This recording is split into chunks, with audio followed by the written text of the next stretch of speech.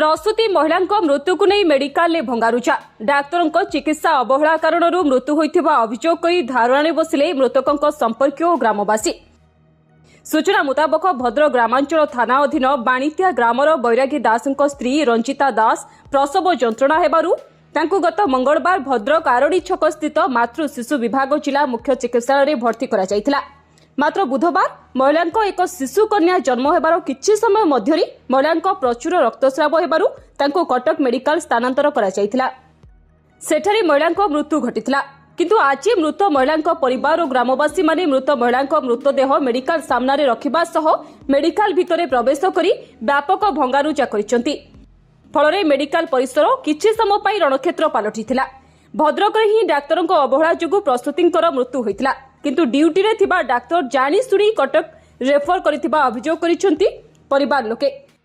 आमे हाथ जोड़ी के आम न्याय मागु जो छोट छोट छुआ को आमु न्याय दियो ता मां को दियो। आमे निकुश करछु आमको न्याय दियो ते छोट छोट छुआ को ता मां फेरे दियो। तुमे डाक्तर नाव कर आमे डाक्तर हिसाब आमे पूजा करू। हां भलो डाक्तर आमको भलो पार कर देबे। आमे पैसा देइचो आम पैसा नै कि तुमे कोन मनीष को मारी देलो पेशेंट को मार देलो मारी दई के कटा पठाई देलो।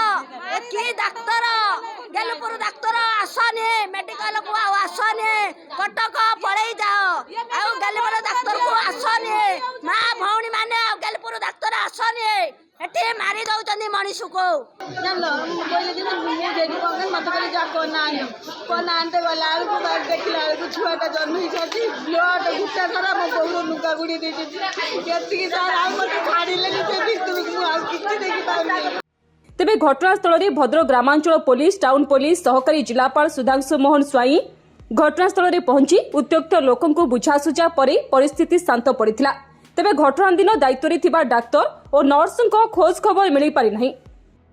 उत्तेजना खबर पाई कि आम टाउन थाना और रूराल थाना दीटा थाना आम इंचार्ज आसते फोर्स सहित आ लोकों सहित आम कथा जो जो मैंने आग्रेव्ड फैमिली मेम्बर सहित कथा मैक्सिमम कंपेनसेशन दिया डिस्ट्रिक्ट एडमिनिस्ट्रेशन तरफ प्लस आश्योरेंस दिखाई जहाँ भी अभियोग अच्छी अवहेला को लेकिन लिखित अभियोग आमको देले एगेन्स्ट आम एक्शन नबू तार प्रथम इन्वेस्टिगेशन हम इन्वेस्टिगेशन जहाँ रिजल्ट आस एक्शन नबू।